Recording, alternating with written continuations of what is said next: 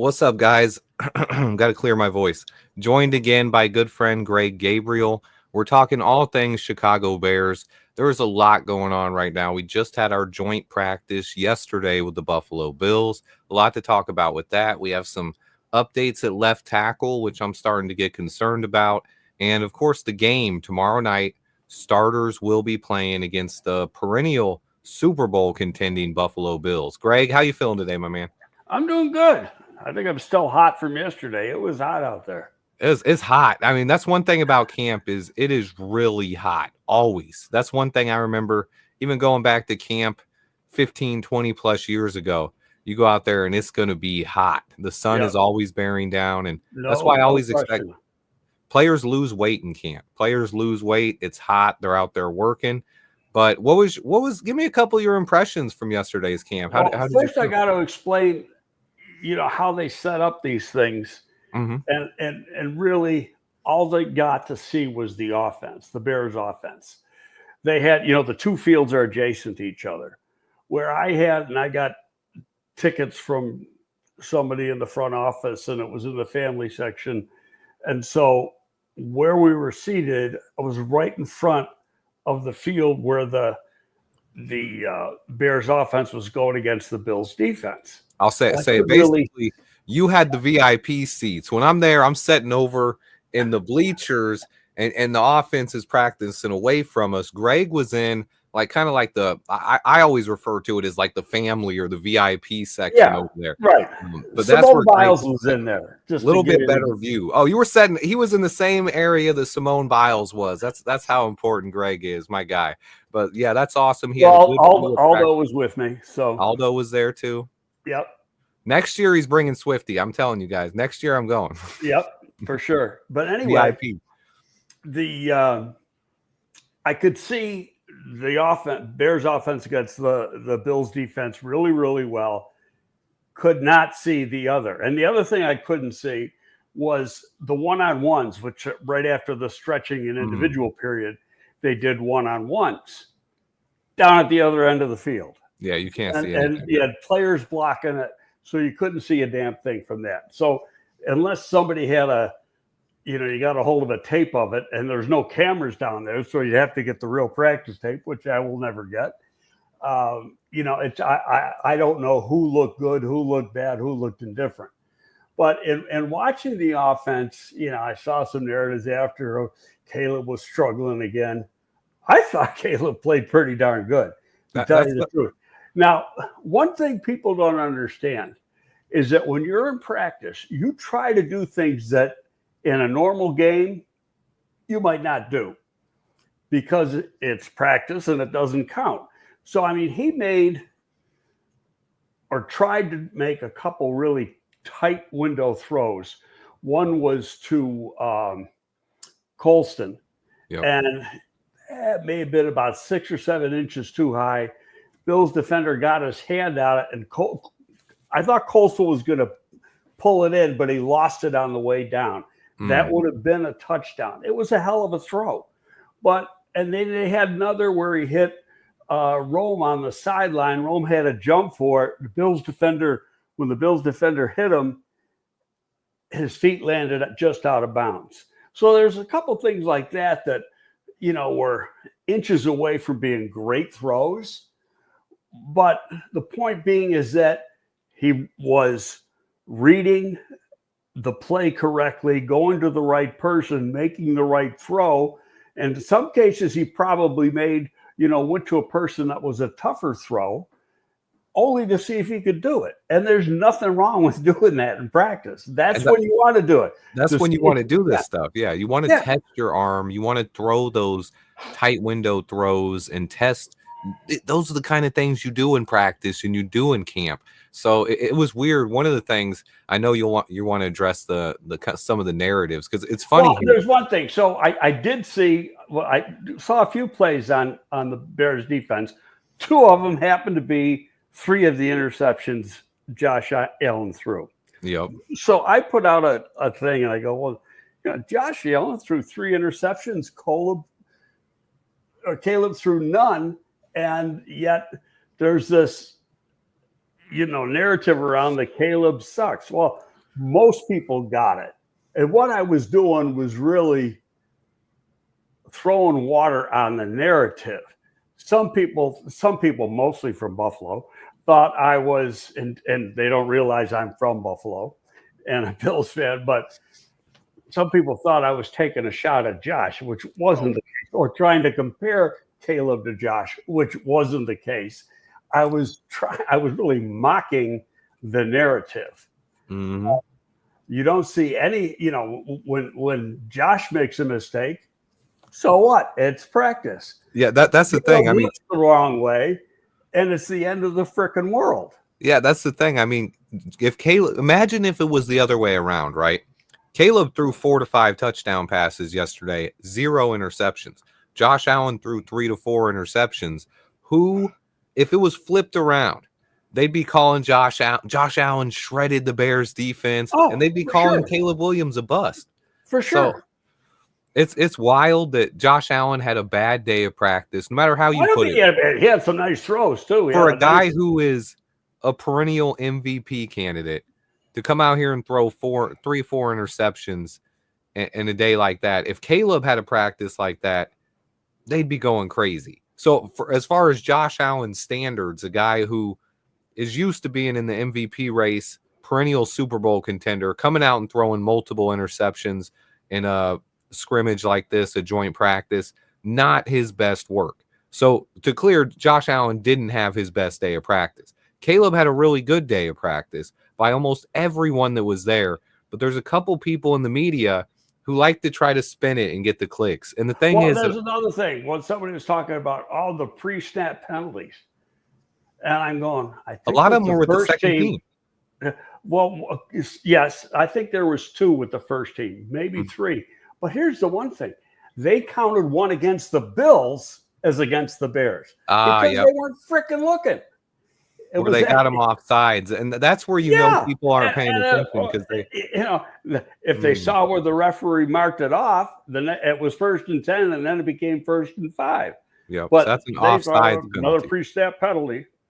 No, there goes another pre-snap penalty on the Bears. And I saw it. Absolutely ridiculous. And there were 2 or 3 on the second teamer. So, but all told, I thought it was a pretty good. I wasn't last week. I talked to people who were there. Last week was very, very physical.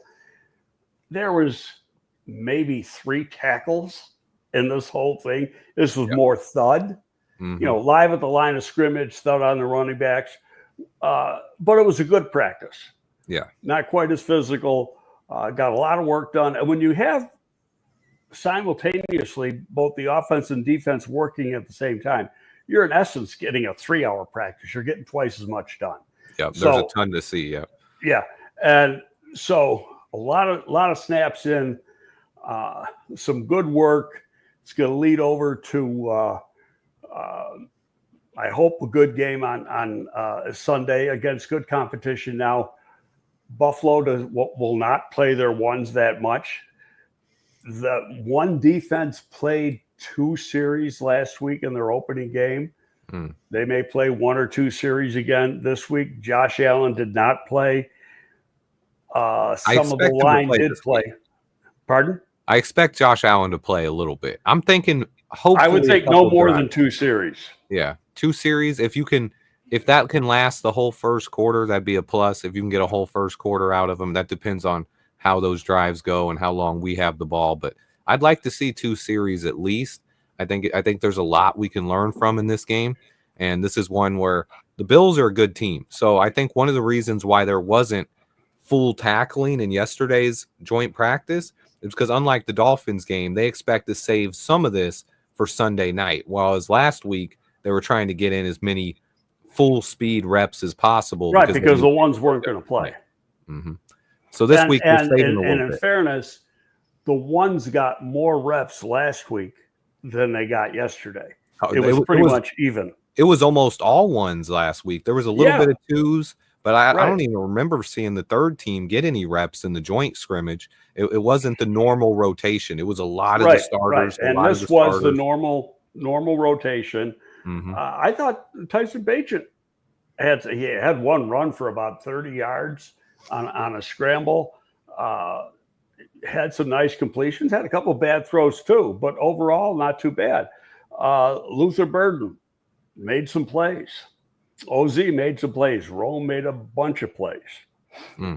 Yeah, Rome has been, I think that's probably for the last week and a half now, Rome has just been continuing to get more and more attention from Caleb Williams. And I can really see that chemistry. You started to see a little bit of it later in the season last year, whereas early on, DJ Moore and Keenan Allen were the guys getting the majority of the targets. But you saw a couple plays last year, and especially those late fourth quarter drives when we would get the ball back and go for a score or a field goal with a minute or two left. He was always looking Rome Odunze's way, and they had some really special completions last year. I think Rome is going to break out tremendously this year. I think Rome is going to just tear things up, man. I can't wait. He's been having a killer camp. Yeah, so far. I just hope it carries over. But reality is there's a lot of good targets there, and they all got to get targets. So it'll be interesting to see how it plays out. Yeah, and one of the things I wanted to tell Bears fans with some of these clickbait narratives and things that go around with where the national media says things about the Bears, it's clearly not true. There was a guy, I don't remember his name, but he was on the Colin Cowherd show last week or something, and he compared Caleb Williams to Johnny Manziel. And I've gotten so many people who want me to talk about this. Swift, what's your take on this guy? And I was like, here's my take, guys. No one had heard of that guy before he said that comment. Now, almost every Bears fan knows his name because they've all heard it. Because I refuse to watch that show. I haven't watched it either. I haven't watched the clip, but all of these fans now know his name because he said that one comment about Caleb Williams. And that's a media tactic. All they need, they don't care if you're clicking on it because you're happy or you're mad. All they care is that you're clicking on it and listening to it. And for that guy who no Bears fan had heard of 2 weeks ago, now all Bears fans know his name. So that's how it goes with the national media. But yeah, what and anybody who makes a big deal out of preseason is a fool, as far as I'm concerned. It is practice and nothing more than practice. Yep. It's, the whole idea of preseason is to get the team ready for the regular season. Bears went 4-0 in the preseason last year. How'd they do in the season? Not good. Not good. Okay. Not great. So what are your thoughts? The biggest development over the last week has been at left tackle, where all along I've thought Ozzie Trapillo by this time would have taken that job and kind of ran away with it. And it seemed like it was heading that way for about 5 or 6 days. And he played good last week. He was getting the most reps with the first team. And but I mean, in the game, I think he had one bad pass block. Someone told me he gave up 2 pressures in a row, and one of them he drove the guy like 10 yards out of the pocket, and I was like, that's not a pressure to me. Like, the quarterback just has to step up. Yeah, but he did get beat once, maybe twice, but he looked good, and what I thought. Well, here's what I noticed, and here's my take. First of all, I don't care what the narrative is and what the panic is. Yeah, for real. There's no panic. That's my opinion. I honestly think they're letting Braxton, they're giving him a chance to lose the job. His performance is going to speak for itself. Yeah. And he has not played well. He did not play well last Sunday in the game. I don't think he played particularly well yesterday. I felt like he was getting beat badly yesterday, but and in the game, he honestly looks, and I think it's almost lethargic to me. He looks worse than he did last year. Yeah. As a guy who I've kind of defended a little bit over the last couple of years, and I have too. I've been a fan, and it's like, and Ozzie has played well, but here's what happened, and. The first practice I was at, so this was a week and a half ago, Benedict was getting some reps on the left side. Yeah. Okay, with the threes and stuff. Because this is when Amagaji was out. So they let him get some reps. Yeah. He did pretty good. Yeah. So then they put him in at the game. He did pretty good. And it's like, and I said it yesterday in a tweet. I said, it's not that they're going to him because the other guys are bad. They're going to him because he's earned it. Yeah. With his play. And that's the thing. If you go back to the beginning of camp, he was rotating between second and third string at right tackle with Joshua Miles. Then he clearly moved up and was getting the second team reps over Joshua Miles. So you could see that he was earning his way up a little bit. And now he's battling for the number one spot at left tackle. So Theo's rise has been one of the stories of camp. But a lot of people look at it you can't hold that against Ozzie. Yeah. Hey, now let's go back to last year. And if you recall, Benedict had a pretty good camp, was good at challenge to make the roster, and then he got hurt. So they put him on the practice squad, missed a little bit of time on the practice squad, and then he practiced, and then, they never brought him up. But he was named the best offensive tackle in Canadian college football. I got his pro day measurements. 6070, 295, 514, 34 and a half vertical. How many linemen get a 34 and a half vertical? 9.6 broad jump, 4.6 20 shuttle, 7.6 three cone, and 23 reps. His numbers from his pro day are pretty damn good. Yeah. I mean, he looked, and he was showing it in camp early on last year. He was a guy who I really liked, and then he made a name for himself on Hard Knocks, and suddenly more fans got to know his name, and then he got hurt and camp was over for him. So that was a setback for him, but now he's healthy. He's out there. To me, the biggest disappointment is Karan Amagaji, who got hurt too.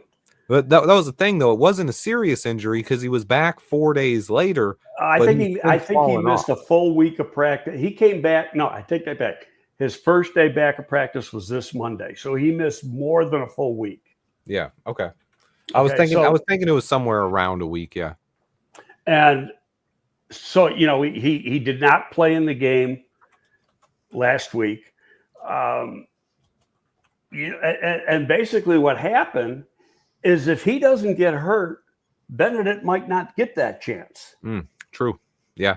And so he got the chance, and he, took advantage of it. Hey, guys, there's nothing wrong with that. If he takes advantage of the situation and ends up playing good, that's better for the Bears. It doesn't become a weak situation. It doesn't become a problem.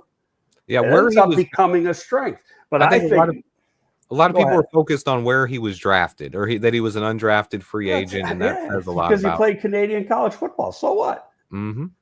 Talent is talent. That's why I'm interested to see him. I believe he might get the start tomorrow night at left tackle against the Bills. He got the start with when they did the first 11 on 11, he was with the ones yesterday. And he was and when they rotated Braxton in during the red zone drill, that's when Braxton got beat a couple of times badly. So it's tough. Braxton just isn't doing enough with the reps he's got. My biggest question is, well, you heard Dan Rochard said it. I don't know if you saw that interview. I did. You did or you didn't? I did. Yeah. Yeah. And he basically said, well, he was doing this well and he was doing this well. But then we got to last Sunday and it all went away. Yeah. And I flat out told him, you got to be better than that. And that's when I first saw that, and that was like 2 days ago, I started thinking, well, they're letting him, it's bad phrase, but I said, they're letting him hang himself. So there's no question that if he gets cut or traded, and probably traded because there's a bunch of tackles hurt around the league, and somebody's going to give up something. But I think in 10, 12 days, he's going to be a member of this team. Yeah. And we've talked about that a lot, but now I'm almost positive. The only way I think he sticks around is if somebody else gets hurt. Oh, wow. So you're all in that you think Braxton is going to get traded. I was kind of leaning towards the fact that Ozzie hasn't stepped up and Braxton's competing with Theo now. It feels like Braxton is probably the favorite to be the starter going into the season, with Theo has a chance to unseat him. But it feels like almost that they've moved on from Ozzie Trapillo being the day one starter at left Well, tackle. Ozzie took reps at left tackle yesterday now. Okay. And I think part of it when they first did it, I'm thinking, like, who's ever number 3 has to be able to play both sides. Mm-hmm. And Braxton's taken a couple reps at the right side. I haven't seen him over there much. Yeah. But, Amagaji's taken reps at both sides. Ozzie's taking reps at both sides. Right. And so I really think, just looking at it, I think they're saying, we can't trust Braxton. I could be totally wrong. I admit that. But I'm looking at the comments that were made, and then the play speaks for itself. Mm-hmm. I think it's right now. It would be tough to trust Braxton. I thought he was an ascending player in the NFL, someone who's gotten better over the last couple of years, but still wasn't quite good enough. But I think this offseason ankle surgery has really set him back. He's not where he was last year before injury. He looks like he doesn't have his. When you're talking about a guy who already struggled with the bull rush, and now he's not, it doesn't seem like he's 100% with that anchor. He's losing to bull rushes more now than he was before. And that's something you really can't have with a starting left tackle. So right now, I think Braxton is not at the level he needs to be a starting tackle in the NFL. Another team possibly could look at his tape from the last couple of years, say, okay, let's give him a few weeks to get back and possibly trade for him. But right now, I am worried about the left tackle position. I'm hoping that Ozzie gets more reps over there going forward. My biggest question is, where does he play tomorrow night? Because I think tomorrow he will play right tackle. I think he'll play both. It'd be like yesterday. I think it would be very similar to yesterday's practice. And that's one thing I could see him getting. If you have him with the second team at right tackle and third team at left tackle, and you let him stay out there the entire game, minus whenever the starters are out there, I think that'd be perfect for him. But I do want to see him get reps on the left side during tomorrow's game, because that's my worry. Ben Johnson said right now, Ozzie clearly looks more comfortable on the right side. So to me, the thing is, okay, if he's more comfortable on the right side right now. Well, he's played there the last 2 years. So to me, the focus would be getting him more comfortable on the left side, because we drafted him to be able to play left tackle. If he can't play left tackle, that draft pick isn't as good. So the focus for me, I think these coaches need to be getting him ready to play left tackle. So while I don't mind seeing him put some film out there at right tackle tomorrow, he better get some reps at left tackle as well. If he's at right tackle the whole game, I'm not going to be happy with it.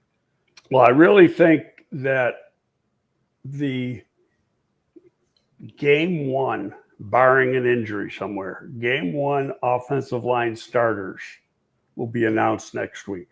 Yeah. Before the Chiefs game? Yeah. And whether they play or not, well, I don't know. Some of those guys may not play. But, if it's Theo or it's Ozzie or whatever, those guys will play. They need the reps. Yeah. But, guys like Jonah. Joe Tooney. They don't need to play. Yeah, I don't think Tooney needs to play. But, yeah, I think all of our tackles need reps. So I'm with you. Even if they name Theo Benedict or Braxton the starter next week, you still want to see them get more reps on next Friday. Actually, we play Friday against the Chiefs. Right. It's a short week. They're playing like the Chiefs played yesterday. Yeah.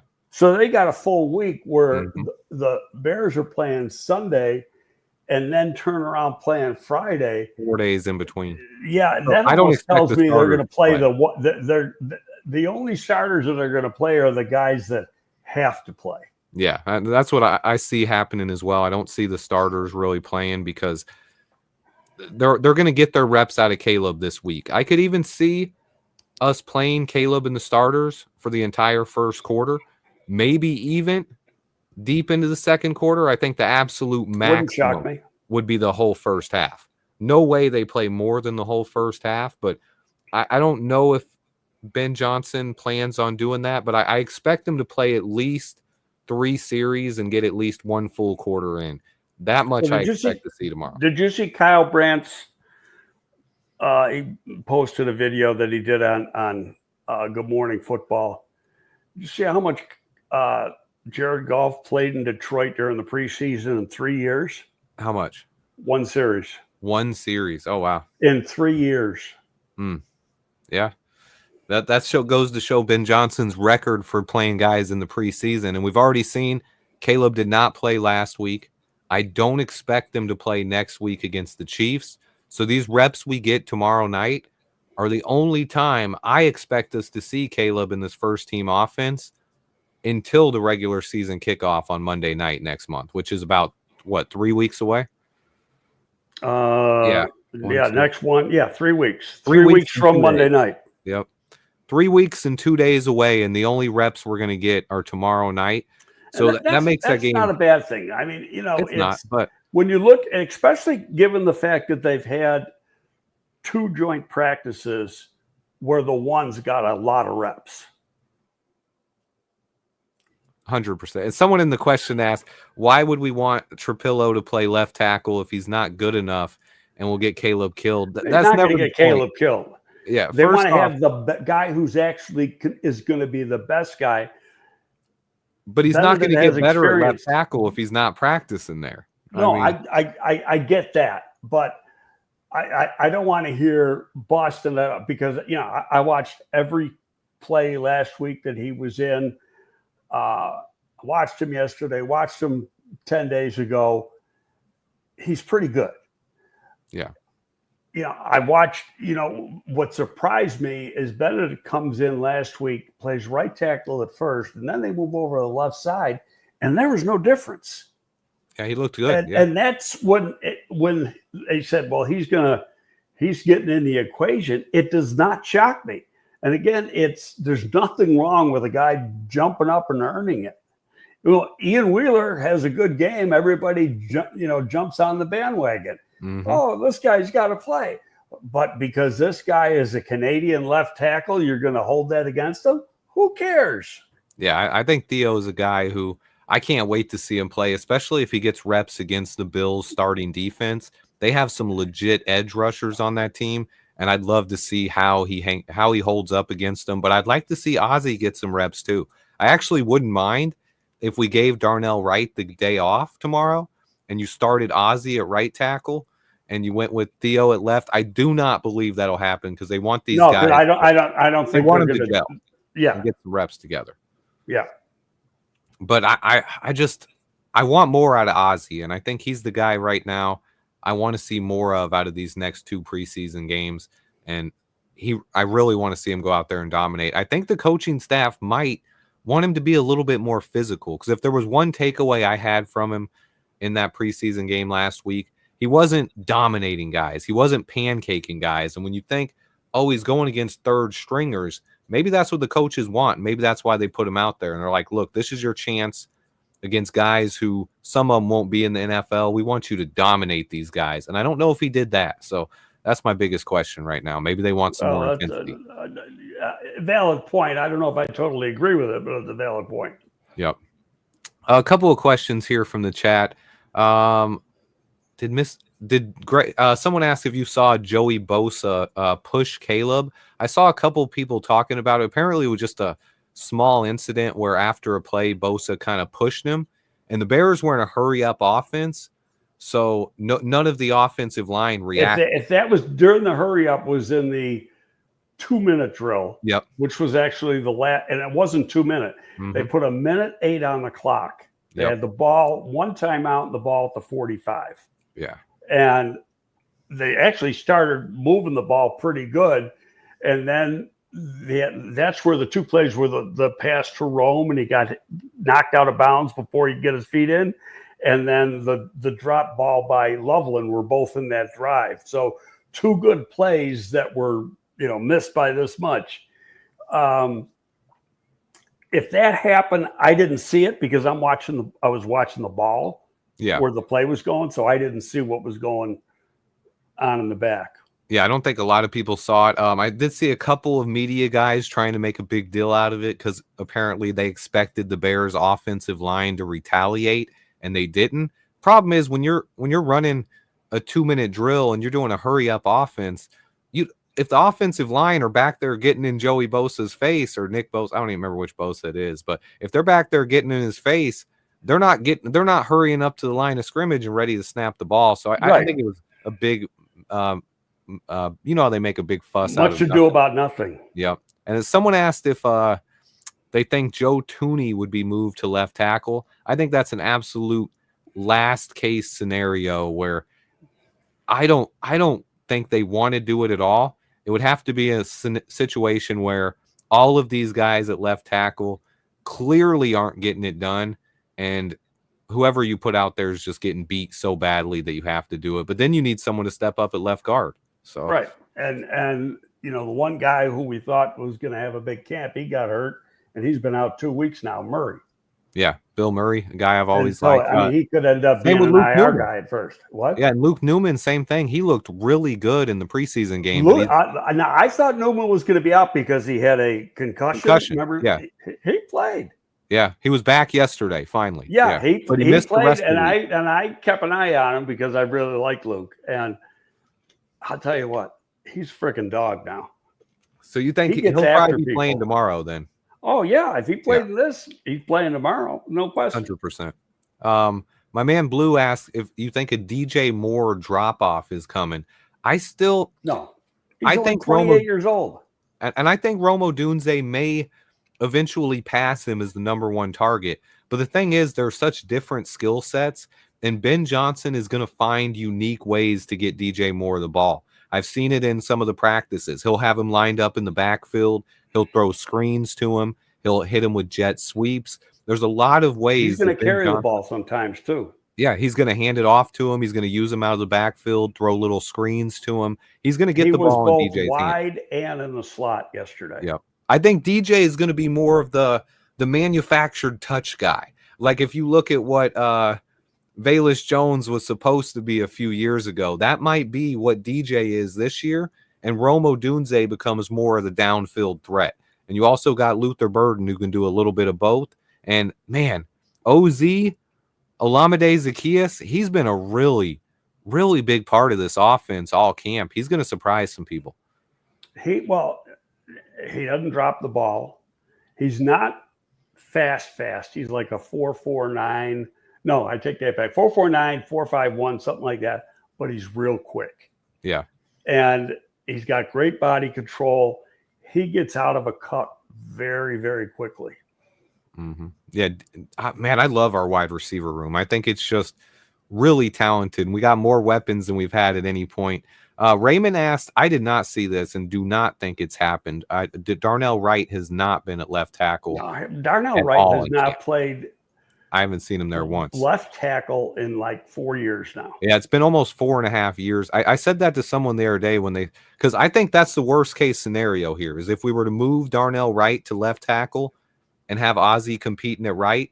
I think that's worst case scenario. I think you leave Darnell at right tackle. He's developing into a Pro Bowler. And you figure out who's going to win that job at left tackle. We have 4 guys. I'm going to go back to what I said when we started this conversation. I'm not that worried about it. When a guy jumps up at camp and steals a job, that's not a bad thing. Yep. And I'm just going to, that's a plus to him. That is not a negative, and it is not a problem. Yeah, 100%. And then Muck asks about a guy who had a couple big catches in preseason so far, Jade Walker. Do you think he has any chance of making this team? I think somebody asked me that on Twitter. And first of all, I liked him coming out. Mm-hmm. He is the type of receiver. I did a bunch of film on him. His tape at Texas A&M is real good. They didn't have a great quarterback. He caught 40-something passes, I think. But it was he had the best yards per catch average for A&M and was their leading receiver. Played good last week. He's a tall, rangy, he's not a burner. He's a 4.46 type guy, but he can be physical. He's a guy that competes for 5 or 6, but he's got to be able to play teams. And if there's better guys on teams than him as a receiver, then he goes to the practice squad. But I think, and he did not, it's not that I was looking for him yesterday, but he didn't jump out either. Yeah. And that's one of the things, and I'll ask you this, with how the bottom of the end wide receivers have performed. Devin Duvernay even had a touchdown from Tyson Bagent yesterday, and we know he's a guy who plays special teams. But do you think Tyler Scott's roster spot is in trouble right now? He's another guy that, like, I don't even know if he caught up. No, he might have been 7 on. I know he did on 7 on 7. I don't think in the team he caught a ball. Yeah, 100%. But that's where you got to step up, Tyler. If he's Tyler Scott, I think he's a guy who's on the roster bubble right now. I'm so excited about tomorrow night. Anything? Final question here. We're gonna go ahead and end this a little early, guys. I gotta say one thing. Oh, okay. Ja'Day Walker was on specials playing the gunner. I'm just looking at the number, and number 20 was running down the field. Mm-hmm. So, and it couldn't be Joff Frazier, who's also number 20, because he isn't here yet. Yeah, 100%. He's just hasn't been here. And do you have a take? Because I've had a lot of people ask about Zay Frazier. Like, what are they going to do? I don't know. I have no. I mean, they're not going to say, and they don't have to say. Yeah, and it's a thing where, what do you expect if he doesn't show up? Which camp's pretty much over by now. If he doesn't show up in the next week or so, though, what do you think? I think he's going to be an NFI. NFI. And it's non-football illness, not non-football injury for whatever. But they could basically redshirt him for a year, let him come back at training camp and compete next year. Well, he can come back either now. He can be in meetings and stuff. He can't. But he's not going to be able NFI, to. Yeah. Then they'd have a 3-week. It's like injured reserve. Mm-hmm. They'd have a 3-week window where he can practice, and then you got to make a decision when the 3 weeks are over, whether you bring him up to the varsity or you put him back on reserve. Yeah, 100%. And I think tomorrow night's game is going to be huge. Well, we'll be checking in with you guys next Friday, so that way we have some more takes after this Bills game and going into that final Chiefs game where I don't expect the starters to play. But do you have anything that you'll be keeping an eye on or you think fans should watch out for in tomorrow night's game? Well, the starters didn't play last week. I thought when you look at it, except for the first couple series, the number 2s actually played pretty good. Yeah. I think you just want to see what the starters do in a real game situation. It'll shut up. If they do halfway decent, it'll shut up some people. But if they don't, then we're going to hear some crazy stuff. Like I said, I won't even listen anymore because it's so ridiculous and it's just so disjointed. That's a great final point here by J2K. Something to watch. Shamar Turner was out there in full pads. Yeah, yesterday. I didn't even notice it. Yeah, he wasn't in the team drills, but he was out there doing individual work. Right. And so I don't know. He might have taken part in one-on-ones. I don't, but that, like I said, it was down at the other end of the field, so I couldn't see it. Yeah, 100%. So I don't know if he didn't play yesterday. I don't know if he's going to play. He's got to go through like a re-ramp up. And so it might be that he gets a lot of play time next week. Yeah, and that he's one guy. That's probably what you'll see is most likely Turner does not play tomorrow, but he's a guy. He's returned to practice now. If they can get him to practice, it's a short week before KC. So we only have 2, maybe 3 practices. I think only 2. But if he can practice both those days, he can probably play a lot versus KC and see what he can do out there. It is good to have him back, though, giving us some more depth on that defensive line. I can't wait to see it. I'm excited for tomorrow, Greg. Yeah, I am too. I'm excited for any game. So yeah, it's good. Football is back. Season. Football's back. I'm excited. Starters playing tomorrow, guys. Take it in because this is the only time we're going to see Caleb over the next 3 weeks. As always, Greg, man, it's an honor having you on here. I appreciate you joining and bear down, brother. Okay, buddy. Chat, we're out.